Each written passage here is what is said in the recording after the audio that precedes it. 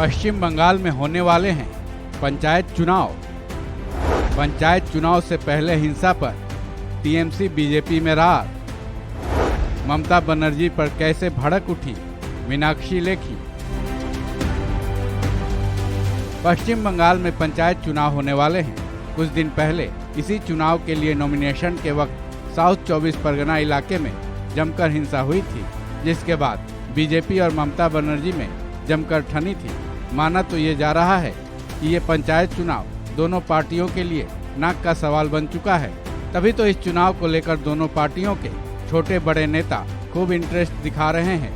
तभी तो इस मामले में केंद्रीय मंत्री तक अपनी दखल दर्ज करा रहे हैं। केंद्रीय मंत्री मीनाक्षी लेखी हिंसा के बहाने ममता सरकार पर भड़क उठी। उन्होंने एक के बाद एक कई सवाल भी दाग डाले। सिर्फ बीजेपी के नेताओं पर अटैक नहीं हो रहा, वहाँ की जनता की आवाज़ नहीं सुनाई दी जा रही और वहाँ पर जो कोर्ट कचहरी के ऑर्डर्स हैं उनका जो है मान सम्मान नहीं रखा जा रहा, उनको क्रियान्वित नहीं होने दिया जा रहा। तो जो सिचुएशन वेस्ट बंगाल में पैदा की जा रही है वो बिल्कुल अराजक तत्व है जो देश दुनिया को अपने तरीके से चलाना चाहते हैं। और यहाँ तक कि मामूली सी बात कि अगर कोई जय श्री राम बोल दे तो आपको जेल हो सकती है और आपको मारपीट आपके साथ किया जा सकती है, यहाँ तक कि हत्या हो सकती है। तो भारतीय जनता पार्टी के तो तमाम कार्यकर्ताओं को इन्होंने मारा है।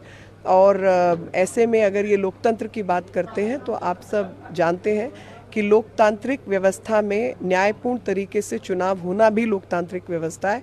और वो न्यायपूर्ण चुनाव ही नहीं होने देना, उन चुनावों को किसी ना किसी तरीके से हस्तक्षेप करना।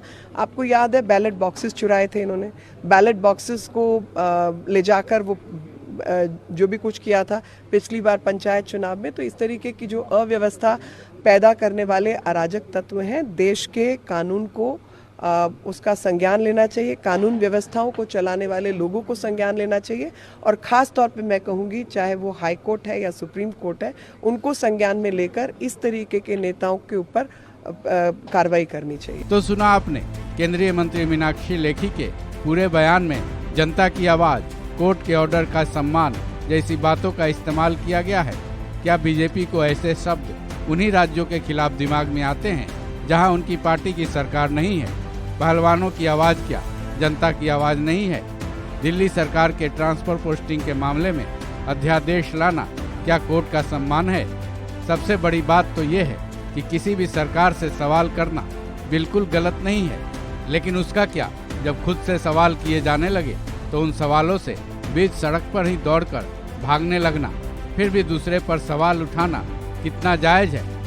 इस खबर में बस इतना ही।